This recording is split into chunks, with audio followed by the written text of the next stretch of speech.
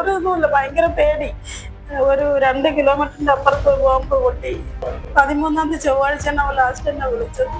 ഇസ്രായേലിന്റെ നഗരങ്ങളെ വിറപ്പിച്ചിരിക്കുകയാണ് ഇറാന്റെ മിസൈലുകൾ. അവ നേരിട്ട് പതിച്ചതോടെ കെട്ടിടങ്ങൾ കൂട്ടത്തോടെ തകർന്നു എന്നുള്ള റിപ്പോർട്ടുകളാണ് അവിടെ നിന്ന് വരുന്നത്. ഇന്ന് ഇസ്രായേലിൽ നിന്ന് നടുക്കുന്ന വേദനിപ്പിക്കുന്ന ഒരു വാർത്തയാണ് വരുന്നത്. ഒരു മലയാളി മരിച്ചു. ആരാണ് മരിച്ചത്, എന്താണ് മരിക്കാനുള്ള കാരണം, അത് ഞാൻ പറഞ്ഞുതരാം. പൊന്നു പ്രേക്ഷകരെ, നമ്മളിൽ ചിലർ, ഞാനില്ല അതിൽ, ചിലർ രാവിലെ വാർത്ത നോക്കും.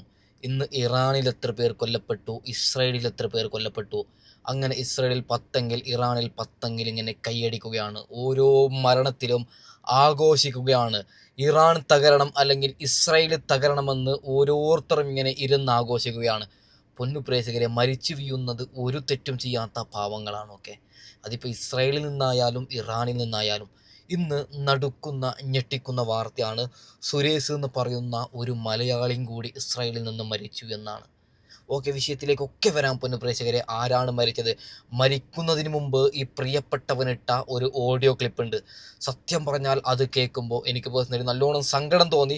ആ സുരേഷ് ഇട്ട ഓഡിയോ ക്ലിപ്പ് ഞാൻ വെച്ച് തരാം പൊന്നു പ്രേക്ഷകരെ. അതിനു മുമ്പ് ഒരു കാര്യം പറയുകയാണ്. ഇന്ന് ഞാൻ പ്രത്യേകിച്ച് ഇസ്രായേലിനോ ഇറാനിനോ സപ്പോർട്ടല്ല കൊടുക്കുന്നത്. എന്താണ് ലോകത്ത് നടക്കുന്നത് അതാണ് ഞാൻ പറയുന്നത്.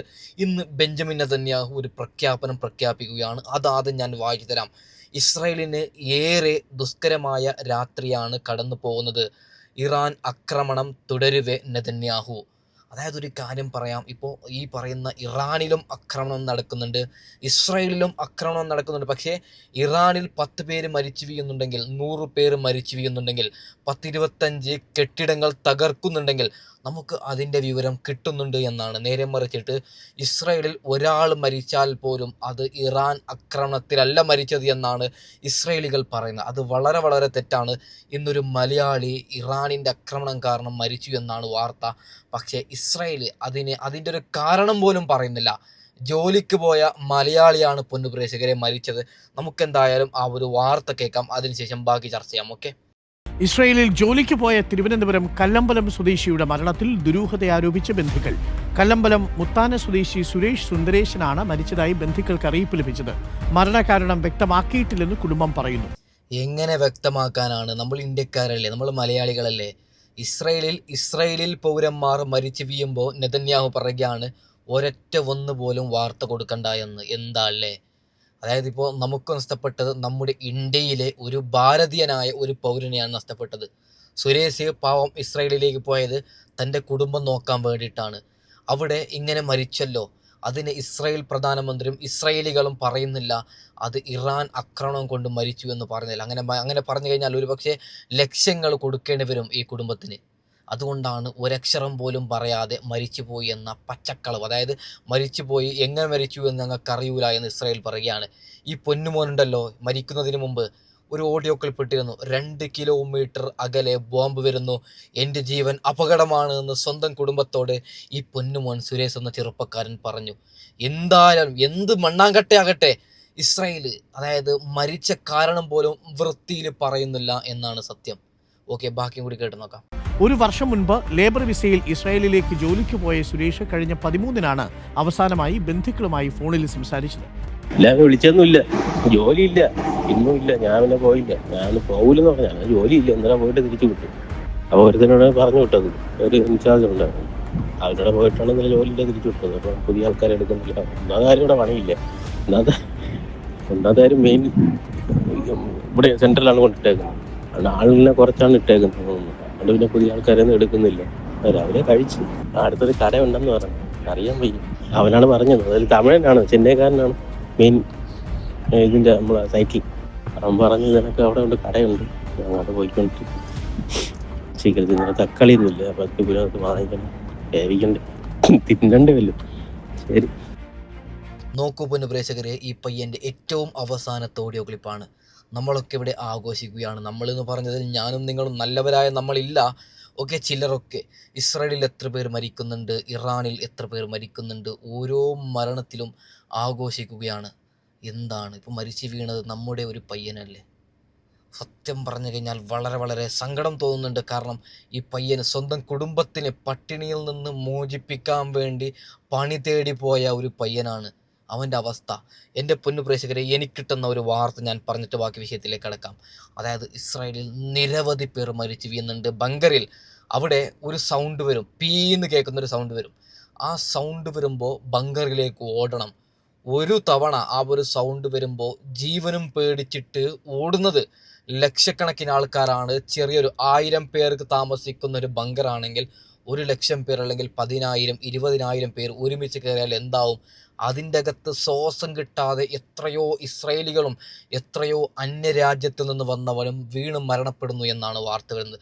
പക്ഷെ ഒന്നും വാർത്ത വരൂല. അതായത് ഇങ്ങനെ പബ്ലിക്കായിട്ട് വാർത്ത വരൂല. എല്ലാം ഒതുക്കുകയാണ്. ഹാർട്ട് അറ്റാക്കായി മരിച്ചതാണ്, അല്ലെങ്കിൽ വേറെന്തെങ്കിലും ഒരു സംഗതിയിൽ മരിച്ചു എന്നാണ്. സത്യം പറഞ്ഞാൽ ഇസ്രായേലിനോട് ഒരു കാര്യം പറയുകയാണ്, നിങ്ങൾ ചെയ്യുന്നത് വലിയൊരു വൃത്തികേടാണ്. നിങ്ങൾക്ക് ചങ്കൂറ്റമില്ലെങ്കിൽ നിങ്ങൾ എന്തിനാണ് യുദ്ധത്തിന് പോയത്? നിങ്ങളുടെ രാജ്യത്തെ വിശ്വസിച്ച് ഞങ്ങളെപ്പോലെ മലയാളികൾ അവിടെ പണിക്ക് വരുന്നുണ്ടെങ്കിൽ, അവർ ഇറാനിൻ്റെ ആക്രമണത്തിൽ മരിക്കുന്നുണ്ടെങ്കിൽ നിങ്ങളതിന് സമാധാനം പറയണം. നിങ്ങൾ ആ മരണത്തിൽ ഞങ്ങൾക്കറിയില്ല എന്ന് പറയാൻ നിങ്ങൾക്ക് നാണമില്ലേ ഇസ്രായേലികളെ? നിങ്ങൾക്ക് നാണമില്ലേ ബെഞ്ചമിൻ നെതന്യാഹുവെ? ഒരു കാര്യം കൂടി പൊന്നു പ്രേക്ഷകരെ പറയാം. ബെഞ്ചമിൻ നെതന്യാഹു മരിച്ചു എന്ന് ചില ഏറ്റവും ഉന്നതരായിട്ടുള്ള മാധ്യമങ്ങളിൽ വാർത്ത വരുന്നുണ്ട്. അതിനുശേഷം ബെഞ്ചമിൻ നെതന്യാഹു ഞാൻ മരിച്ചിട്ടില്ല എന്ന് പറഞ്ഞിട്ട് കോഫി കുടിക്കുന്ന വീഡിയോ നമ്മൾ കണ്ടു. പക്ഷെ അതൊക്കെ AI എന്ന് തെളിയുകയാണ്. ഒരെണ്ണത്തിൽ 6 വിരൽ, മറ്റെണ്ണത്തിൽ കോഫി കുടിച്ചാൽ കോഫി തീരുന്നില്ല. അങ്ങനെ പിന്നെ മറ്റേ വിരലിൻ്റെ ഇങ്ങനെ ഈ സാധനമുണ്ടല്ലോ, ഇതിൽ കുറേ ഗ്യാപ്പ്. അപ്പോൾ സത്യം പറഞ്ഞു കഴിഞ്ഞാൽ ബെഞ്ചമിൻ നെതന്യാഹു മരിച്ചോ എന്ന് പോലും സംശയമുണ്ട്. അതുപോലും ഇസ്രായേലികൾ പറയുന്നില്ല എന്നാണ് എൻ്റെ സംശയം. അതായത് നെതന്യാഹു മരിച്ചിട്ടില്ല, മരിച്ചിട്ടുണ്ടെങ്കിൽ ഒരു പ്രധാനമന്ത്രിയല്ല, അതെന്തായാലും സ്ഥിരീകരിക്കേണ്ടി വരും. ഒരു പക്ഷേ അദ്ദേഹം വലിയ ഒരു രോഗത്തിലോ അല്ലെങ്കിൽ ഇറാനിൻ്റെ ആക്രമണം കാരണം അദ്ദേഹം എന്തെങ്കിലും ഒരു ഹോസ്പിറ്റലിലോ ആയി കാണും. അതായത് ഏതെങ്കിലും വലിയൊരു ഹോസ്പിറ്റലിലായി കാണും. അതുകൊണ്ടാണ് ബെഞ്ചമിൻ നെതന്യാഹു പുറത്തു വരാത്തത്. അഥവാ അദ്ദേഹം മരിച്ചിട്ടുണ്ടെങ്കിൽ ഒരു പക്ഷേ 1 മാസം കഴിഞ്ഞിട്ട് വേറെന്തെങ്കിലും അസുഖത്തെ തുടർന്നാണ് അദ്ദേഹം മരിച്ചത്. അങ്ങനെ ആക്കാൻ ഒരു പക്ഷേ ഡൊണാൾഡ് ട്രംപ് പറഞ്ഞിട്ടുണ്ടാവും. എന്ത് പറഞ്ഞാലും ഒരു കാര്യം പറയാം, യുദ്ധത്തിന് പോകുന്നുണ്ടെങ്കിൽ നിങ്ങൾക്ക് ചങ്കൂറ്റം വേണം.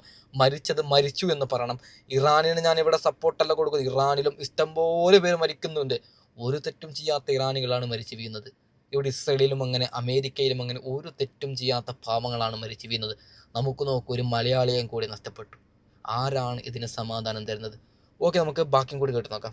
ലേബർ ക്യാമ്പിൽ എത്തിയിട്ടും ജോലി ഉണ്ടായിരുന്നില്ല എന്നാണ് മനസ്സിലാക്കുന്നത്. സുരേഷ് സുന്ദരേശന്റെ അവസാനത്തെ ഓഡിയോ സന്ദേശമാണ് പ്രേക്ഷകർ കേട്ടത്. സുരേഷിന്റെ കുടുംബം കൂടി പ്രതികരിച്ചിട്ടുണ്ട്, അതുകൂടി നമുക്കൊന്ന് കേട്ടുവരാം. എന്ത് സംഭവിച്ചെന്ന് അറിയാൻ വയ്യ. അന്നും എനിക്ക് മെസ്സേജ് ഇട്ട് മാമി കണ്ടതിനകത്താണ് കിടക്കുന്നത്. ഞാനിപ്പോൾ ഇവിടെ വന്നിട്ട് 3-4 ദിവസമായിട്ട് ഒന്നുമില്ല. ഭയങ്കര പേടി. ഒരു 2 കിലോമീറ്ററിന്റെ അപ്പുറത്ത് ബോംബ് പൊട്ടി. സത്യം പറഞ്ഞാൽ ഈ ഒരു കുടുംബത്തെ കാണുമ്പോൾ എനിക്ക് പേഴ്സണലി നല്ലോണം സങ്കടം തോന്നുന്നുണ്ട്.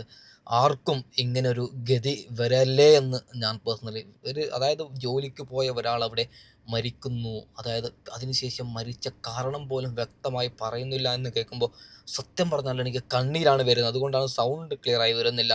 ഓക്കെ, ബാക്കിയും കൂടി കേട്ട് നോക്കാം. ഒന്നുമില്ല, ഭയങ്കര പേടി. ഒരു 2 കിലോമീറ്ററിന്റെ അപ്പുറത്ത് ബോംബ് പൊട്ടി. 13-ാം തീയതി ചൊവ്വാഴ്ച ലാസ്റ്റ് എന്നെ വിളിച്ചത്. നോക്കൂ, 2 കിലോമീറ്റർ അപ്പുറം ബോംബ് പൊട്ടി എന്ന് അദ്ദേഹം വിളിച്ച് പറഞ്ഞിരുന്നു. എന്താണ് ഇസ്രായേലികളെ നിങ്ങൾ വാർത്ത കൊടുക്കുന്നത്? ബെഞ്ചമിൻ നെതന്യാഹുവെ, നീയൊക്കെ വാർത്ത കൊടുക്കുന്നത് ഇവിടെ ഒരു പ്രശ്നവും ഇല്ല, ഇവിടെ ഒരാൾ പോലും മരിക്കുന്നില്ല, ഇവിടെ ഒരു കെട്ടിടം പോലും തകരുന്നില്ല എന്നല്ലേ നെതന്യാഹുവെ നീ വാർത്ത കൊടുക്കുന്നത്? പിന്നെ നിന്റെ ഇസ്രായേലിൽ എങ്ങനെയാണ് ഞങ്ങളുടെ ഒരു മലയാളി മരിച്ചു പോയത്? നീ അതിന് സമാധാനം പറയണമെന്ന് ബെഞ്ചമിൻ നെതന്യാഹുവിനോട് ഞാൻ പറയാം. ഇതിന് സമാധാനം പറയേണ്ടത് നീ മാത്രമാണ് നെതന്യാഹുവെ. ഓക്കെ, ബാക്കിയും കൂടി കേട്ട് നോക്കാം. 13-ന് ശേഷം പിന്നീട് വീട്ടുകാരുമായിട്ട് സംസാരിച്ചിട്ടില്ല. എന്താണ് കുടുംബാംഗങ്ങളുടെ സംശയം പ്രതീഷ്? അരുൺകുമാർ, 1 വർഷം മുമ്പാണ് ഇസ്രയേലിൽ കല്ലമ്പലം മുത്താന സ്വദേശിയായ സുരേഷ് സുന്ദരേശൻ ജോലിക്ക് പോയത്. 6 മാസം മുമ്പ് അമ്മ മരണപ്പെട്ടതിന് ശേഷം നാട്ടിൽ വന്നിരുന്നു. പക്ഷേ പിന്നീട് പോയി. പക്ഷേ 13-ാം തീയതിയാണ്, ഈ മാസം 13-ാം തീയതിയാണ് അവസാനമായി സുന്ദരേശന്റെ ഫോൺ സന്ദേശം എത്തിയത്. അതിനുശേഷം മറ്റ് വിവരങ്ങൾ ഒന്നും തന്നെ ഉണ്ടായിരുന്നില്ല. പിന്നീട് ബന്ധുക്കൾ എംബസിയിൽ ഉൾപ്പെടെ ബന്ധപ്പെടുമ്പോഴാണ് സുരേഷ് മരണപ്പെട്ട വിവരം അറിയുന്നത്. അവിടുത്തെ മലയാളി സമാജമാണ് ഇതുമായി ബന്ധപ്പെട്ട അന്വേഷണം നടത്തുകയും മരണം സ്ഥിരീകരിക്കുകയും ചെയ്തത്. പക്ഷേ മരണകാരണം എന്ത് എന്ന കാര്യത്തിൽ കുടുംബത്തിന് ഇപ്പോഴും വ്യക്തതയില്ല. ഈ വിളിക്കുന്ന സമയത്ത് അവിടെ യുദ്ധ സാഹചര്യമാണ്, സംഘർഷങ്ങളൊക്കെ തന്നെ നടക്കുന്നുണ്ട് എന്ന് സുരേഷ് പറയാറുണ്ട്. പക്ഷേ എന്തുകൊണ്ടാണ്, അല്ലെങ്കിൽ ആ ഒരു മരണത്തിലേക്ക് നയിച്ചതിന്റെ കാരണം എന്തെന്ന കാര്യത്തിൽ ഇപ്പോഴും ഒരു ദുരൂഹത നിലനിൽക്കുന്നുണ്ട്. അതുകൊണ്ട് തന്നെ ഇതുമായി ബന്ധപ്പെട്ട കുടുംബം പോലീസിലടക്കം പരാതി നൽകിയിട്ടുണ്ട്. ഒപ്പം മൃതദേഹം ഇസ്രയേലിലാണ്. മൃതദേഹം നാട്ടിലെത്തിക്കുന്നതിനുള്ള നടപടികൾ വേഗത്തിലാക്കണം എന്നുള്ള ഒരു അഭ്യർത്ഥന കൂടി കുടുംബം നടത്തുന്നുണ്ട്. അതിനൊപ്പം തന്നെ ഈ മരണത്തിലേക്ക് നയിച്ചതിന്റെ കാരണം കൂടി കണ്ടെത്തണം എന്നതാണ് നിലവിൽ കുടുംബത്തിന്റെ ആവശ്യം. ഓക്കെ, മൈക്കൊക്കെ എന്തോ പ്രശ്നമുണ്ട്. ഈ സൗണ്ട് നിങ്ങൾക്ക് കേൾക്കാൻ പറ്റുന്നുണ്ടോ അല്ലെങ്കിൽ ക്ലിയർ ഉണ്ടോ എന്ന് എനിക്കറിയില്ല. അത് എടുത്തു കഴിഞ്ഞാൽ മുഴുവനായിട്ടും വീഡിയോ പോവും. അപ്പോൾ ഷൂട്ട് ചെയ്തതിന് അവസാനം നോക്കാം. പൊന്നു പ്രേക്ഷകരെ, സത്യം പറഞ്ഞാൽ ഇങ്ങനൊരു ഗതികേട് ആർക്കും വരല്ലേ. ഞാൻ പേഴ്സണലി 3 വർഷം +2 കഴിഞ്ഞ പാട് സൗദി അറേബ്യയിൽ പോയി പണിയെടുത്ത ഒരാളാണ്. അത് +2 കഴിഞ്ഞ പാട് 3 വർഷം പണിയെടുത്തു. പക്ഷെ നമ്മുടെ വീട്ടുകാർക്ക് നമ്മൾ ഇങ്ങനൊരു ആക്രമണത്തിൽ മരിച്ചു എന്ന വാർത്ത കേൾക്കുമ്പോൾ എന്തുമാത്രം സങ്കടമായിരിക്കും. ഇതിപ്പോൾ നമ്മുടെ രാജ്യത്തല്ല, വേറെ ഏതോ രാജ്യത്താണ് ഇങ്ങനൊരു സംഭവം നടക്കുന്നത്. എത്രയും പെട്ടെന്ന് സുരേഷിന് നീതി കിട്ടട്ടെ. സുരേഷ് എങ്ങനെ മരിച്ചു എന്ന് ഇസ്രായേൽ ക്ലിയറായി കൃത്യമായിട്ട് പറയണം. യുദ്ധത്തിൽ നിന്നാണ് മരിച്ചതെങ്കിൽ ഇസ്രായേൽ സുരേഷിൻ്റെ കുടുംബത്തിന് എത്ര ചോദിക്കുന്നു, പൈസ ഒന്നിനും പരിഹാരമല്ല എന്നെങ്കിലും പറയുകയാണ്. ചോദിക്കുന്ന പൈസ എങ്കിലും കൊടുത്തിട്ട് ആ കുടുംബത്തോട് ഇസ്രായേലിൻ്റെ ബെഞ്ചമിൻ നെതന്യാഹു മാപ്പ് പറയണമെന്ന് പറഞ്ഞിട്ട് നമുക്ക് എന്താണ് ആക്ച്വലി അവിടെ നടന്നത് അതിൻ്റെ ഒരു വലിയൊരു വാർത്തയുടെ ക്ലിപ്പ് ഒന്ന് കേട്ടിട്ട് വൈൻഡപ്പ് ചെയ്യാം. ഓക്കെ. ഇസ്രായേലിന്റെ നഗരങ്ങളെ വിറപ്പിച്ചിരിക്കുകയാണ് ഇറാന്റെ മിസൈലുകൾ. അവ നേരിട്ട് പതിച്ചതോടെ കെട്ടിടങ്ങൾ കൂട്ടത്തോടെ തകർന്നു എന്നുള്ള റിപ്പോർട്ടുകളാണ് അവിടെ നിന്ന് വരുന്നത്. അറാദിലും ഡിമോണയിലും ഉൾപ്പെടെയുള്ള ആക്രമണത്തിൽ 100-ലേറെ പേർക്ക് പരിക്കേറ്റതായുള്ള റിപ്പോർട്ടുകളുണ്ട്. 20-ലേറെ പേരുടെ നില അതീവ ഗുരുതരമാണ്. അറാദിൽ ഇസ്രായേൽ ആരോഗ്യ അടിയന്തരാവസ്ഥ പ്രഖ്യാപിച്ചിരിക്കുകയാണ്. ആക്രമണം നടന്നത് ഇസ്രായേലിലെ ആണവ കേന്ദ്രങ്ങൾക്ക് സമീപമാണ്. ഇന്നലെ നതാൻസിലെ ഇറാൻ ആണവ കേന്ദ്രത്തിലേക്കുള്ള ആക്രമണത്തിനുള്ള തിരിച്ചടിയാണ് എന്ന് കൂടെയാണ് ഇറാൻ അവകാശപ്പെടുന്നത്. ഇസ്രായേലിന്റെ പ്രതിരോധ സംവിധാനങ്ങൾ തകരുന്ന ലക്ഷണമാണ് കണ്ടതെന്ന് ഇറാൻ പാർലമെന്റ് സ്പീക്കർ പറഞ്ഞു. ഇറാന്റെ മിസൈലുകൾ ഇസ്രായേലിൽ നേരിട്ട് പതിക്കുന്ന ദൃശ്യങ്ങളും പുറത്തു വന്നു. അഫ്താബ് റഹ്മാൻ തുടരുന്നുണ്ട്. അഫ്താബ്, ഈ യുദ്ധം, ഈ സംഘർഷം അധികകാലം ഇറാന് നീട്ടിക്കൊണ്ടു പോകാൻ കഴിയില്ല എന്ന് അമേരിക്കയും ഇസ്രായേലും പറഞ്ഞുകൊണ്ടിരിക്കുന്നതിനിടയിലാണ് ഇസ്രായേലിന്റെ നഗരങ്ങളെ വിറപ്പിച്ച ആക്രമണം ഇന്നലെ ഇറാന്റെ ഭാഗത്തുണ്ടായിരിക്കുന്നത്. അതിലേറെ ഗൗരവം ആണവ കേന്ദ്രങ്ങൾക്ക് സമീപമാണ് ഈ ആക്രമണം ഉണ്ടായത് എന്നുകൂടിയാണ്. കാരണം കഴിഞ്ഞ ദിവസം സമാനമായി തന്നെ നതാൻസിലെ ആണവ കേന്ദ്രങ്ങൾക്ക് സമീപം ഇസ്രായേൽ നടത്തിയ ആക്രമണത്തിന് ഒരു പ്രതികാരം എന്നുള്ള രീതിയിലാണ്. അങ്ങനെയാണെങ്കിൽ ട്രംപോ ഇസ്രായേലോ പറയുന്നതിനപ്പുറമായി ഇറാന്റെ പ്രഹരശേഷിക്ക് ഇപ്പോഴും ഒരു കുറവും വന്നിട്ടില്ല.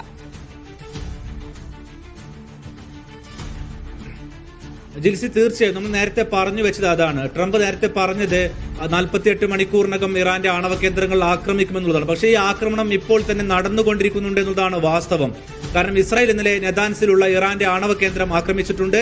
ഇതിന് റഷ്യ മുന്നറിയിപ്പ് നൽകിയിട്ടുണ്ട്. കാരണം ആണവ പ്രസരണം ഉണ്ടാകുവാനുള്ള സ്ഥിതിവിശേഷത്തിലേക്ക് കാര്യങ്ങൾ പോകുന്നു എന്ന് പറയുന്നുണ്ട്. അതിന് തൊട്ടു പിന്നാലെയാണ് തിരിച്ചടി എന്നുള്ളത്. കാരണം ഇറാൻ നേരത്തെ പ്രഖ്യാപിച്ചവരുടെ പോളിസി എന്ന് പറയുന്നത് ഐ ഫോർ ഐ എന്നുള്ള കണ്ണിന് കണ്ണ് എന്നുള്ള രീതിയിലാണ് ഇറാൻ തുടക്കം മുതൽ തിരിച്ചടിച്ചുകൊണ്ടിരിക്കുന്നത്. ഇന്നിപ്പോൾ നമ്മൾ ഓർക്കണം, 23-ാം ദിനമാണ്. യുദ്ധത്തിന്റെ 23-ാം ദിനത്തിൽ ഇന്നിപ്പോൾ പുലർച്ചെ വരെയുള്ള സമയത്ത് ഇസ്രായേലിന്റെ പല നഗരങ്ങളിലും സ്ഫോടനാത്മകമായ സ്ഥിതിവിശേഷം നമ്മൾ ഇതുവരെ കണ്ടതുപോലെ ഇതുവരെ ഉണ്ടായിരുന്ന ഒരു സ്ഥിതി എന്ന് പറയുന്നത് ഇസ്രായേലിനകത്തുള്ള ദൃശ്യങ്ങളോ അല്ലെങ്കിൽ സംഭവ വികാസങ്ങളോ അത്രയധികം പുറത്തേക്ക് വന്നിരുന്നില്ല. ഇന്നിപ്പോൾ പുലർച്ചെ വരെ US മാധ്യമങ്ങൾ, പ്രത്യേകിച്ച് CNN ഉൾപ്പെടെയുള്ള ടെലിവിഷൻ ക്യാമറകളിൽ അത് കൃത്യമായി പതിഞ്ഞു. കാരണം ഈ മിസൈലുകൾ ഒരേ സമയം തന്നെ പല ഭാഗത്ത് നേരിട്ട് പതിക്കുന്നു. അതാണ് ഓക്കെ, ഒരു കാര്യം പറയാം. ഇതൊക്കെയാണ് ഇപ്പോൾ കുറച്ച് വാർത്തകൾ ഇസ്രായേലിൽ നിന്ന് വരുന്നു എന്നാണ്. യുദ്ധം നടക്കുമ്പോൾ പൊന്നു പ്രേക്ഷകരെ, ഇസ്രായേൽ ഇത് പലസ്തീനിനെതിരെ അല്ല യുദ്ധം നടത്തുന്നത്. പലസ്തീൻ എന്ന് പറയുന്നത് ചെറിയൊരു രാജ്യമാണ്. ചെറിയ അവരുടെ കയ്യിൽ ഒന്നുമില്ല. ഇസ്രായേൽ എന്ത് പറഞ്ഞു അതാണ്. ഇസ്രായേൽ 100 മിസൈൽ അയച്ചാൽ